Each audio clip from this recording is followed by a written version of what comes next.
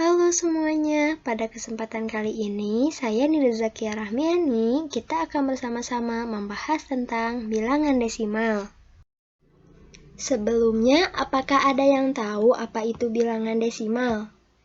Nah, bilangan desimal merupakan bilangan yang terdiri dari bilangan bulat dan pecahan yang dipisahkan dengan tanda koma. Nah, tanda koma ini disebut sebagai koma desimal. Pada sistem bilangan bulat, kita mengenal adanya bilangan ribuan, bilangan ratusan, bilangan puluhan, dan berakhir pada bilangan satuan. Namun, bilangan ini masih dapat berlanjut pada angka yang lebih kecil, yaitu bilangan persepuluhan, bilangan perseratusan, dan juga bilangan seterusnya.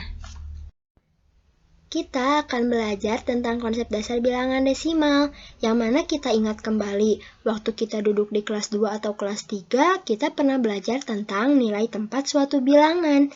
Nah, di sini ada contoh angkanya, yaitu 123. Kita ingat kembali, angka 1 ini posisinya sebagai ratusan, angka 2 sebagai puluhan, dan juga angka 3 sebagai satuan. Nah, sampai saat itu kita tahu bahwa satuan merupakan unit terkecil dari suatu bilangan. Padahal ketika kita telah belajar satuan, ada lagi unit terkecil lainnya. Apa itu? Nah, sebelumnya kita lihat pada nilai tempat satuan ke puluhan, puluhan ke ratusan merupakan kelipatan dari 10. Sedangkan pada kelipatan ini ada yang lebih kecil. Nah, kita kira-kirakan dulu. Kalau 100 sebelumnya itu ada 10, 10 sebelumnya ada 1, 1 pada kelipatan 10 sebelumnya jadi ada berapa? Ada berapa ayo? Nah, ada 1/10. Kemudian ada 1/100 dan ada 1/1000. Jadi, setelah satuan ini ada pecahan yang penyebutnya kelipatan 10, mulai dari 1/10, 1/100, 1/1000, dan seterusnya. Misalnya, pada suatu bilangan ada 123,456. Tadi kita sudah tahu kalau 1 ini merupakan ratusan, 2 merupakan puluhan, dan 3 merupakan satuan. Selanjutnya ada tanda koma. Koma ini merupakan tanda desimal yang fungsinya untuk memisahkan antara bilangan bulat dan pecahan. Selanjutnya ada 4. 4 ini merupakan persepuluhan, 5 merupakan perseratusan, dan 6 merupakan perseribuan. Dari sini kita tahu bahwa bilangan desimal merupakan cara lain yang digunakan untuk menuliskan sebuah bentuk pecahan. Apabila kita sudah paham tentang konsep ini, maka kita akan mudah ketika akan mengubah bentuk pecahan ke desimal ataupun dari desimal ke pecahan. Sekarang kita akan melihat bagaimana cara mengubah bentuk pecahan desimal ke pecahan biasa. Di sini contohnya ada 0,5, ada 0,67, dan juga ada 0,625. Yang pertama, 0,5. Seperti yang kita tahu, 0 merupakan bentuk satuan, sedangkan 5 ini persepuluhan karena ada di belakang koma.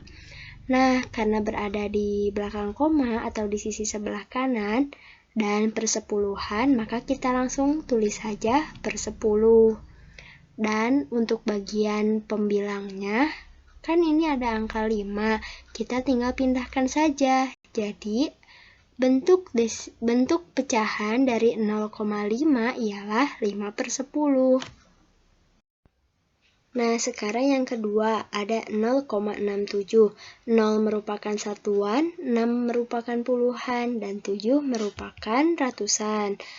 Nah, karena ratusan, maka kita langsung saja tulis per 100. Dan seperti tadi, karena di belakang komanya ada 2 angka, maka kita langsung saja memindahkannya sebagai pembilang. Jadi, hasil dari bentuk desimal 0,67 ke pecahan biasanya ialah 67/100. Sekarang contoh yang ketiga yaitu 0,625. 0 posisinya sebagai satuan, 6 sebagai persepuluhan, 2 sebagai perseratusan, dan 5 sebagai perseribuan. Karena yang paling kanan ini merupakan perseribuan, maka kita langsung saja tulis per 1000. Nah, seperti tadi, untuk pembilangnya kita langsung saja menuliskan angkanya, yaitu 625. Jadi, bentuk pecahan biasa dari 0,625 adalah 625 per 1000. Adapun untuk memudahkan kalian ketika akan mengubah pecahan desimal ke bentuk pecahan biasa, maka apabila terdapat satu angka di belakang koma, maka pasti itu jawabannya per 10. Apabila dua angka di belakang koma, maka jawabannya per 100. Dan apabila ada 3 angka di belakang koma, maka per 1000. Misalnya pada pecahan 5 per 10, kita bisa lihat bahwa penyebutnya adalah per 10, jadi ada satu angka di belakang koma. Nah, untuk penulisan pecahan desimal, maka terlebih dulu kita tuliskan komanya. Nah, pada titik-titik ini kita bisa isikan dengan pembilang yang ada di pecahan sebelumnya, yaitu 5. Karena sebelum 5 tidak ada, kosong tidak ada angka, maka sebelum koma kita bisa tuliskan 0. Jadi bentuk desimal dari pecahan 5 per 10 adalah 0,5. Kemudian misalnya ada pecahan seperti 217 per 100. Kita bisa lihat kalau penyebutnya itu adalah per 100. Nah, berarti ada 2 angka di belakang koma. Kita tulis dulu pola penulisan desimal yaitu koma, lalu titik-titiknya ada 2. Kemudian kita tinggal pindahkan bilangan yang menjadi pembilang, yaitu ada 217. Namun kita menulisnya dari yang paling belakang, yaitu 7 dahulu, lalu 1, kemudian 2. Jadi bentuk bilangan desimal dari 217 per 100 adalah 2,17.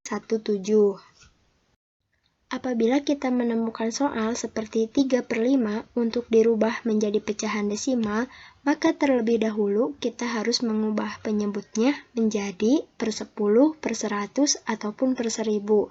Di mana 5 ini apabila dirubah menjadi per 10 bisa dikali 2, yaitu 5 dikali 2, dan pembilangnya juga sama, yaitu dikali 2. Adapun untuk penyebutnya yaitu 5 dikali 2 sama dengan 10. Lalu pembilangnya 3 dikali 2 sama dengan 6. Nah, apabila persepuluhan dirubah menjadi pecahan desimal, pastinya akan ada satu angka di belakang koma. Jadi kita tulis dulu pola penulisannya, yaitu tulis koma lalu titik-titik. Kemudian kita pindahkan yang menjadi pembilangnya, yaitu angka 6. Karena sebelum angka 6 tidak ada angka lain ataupun kosong, maka kita bisa menambahkan 0. Jadi bilangan desimal dari 3 per 5 adalah 0,6. Hal ini juga berlaku untuk soal-soal yang penyebutnya bukan kelipatan 10.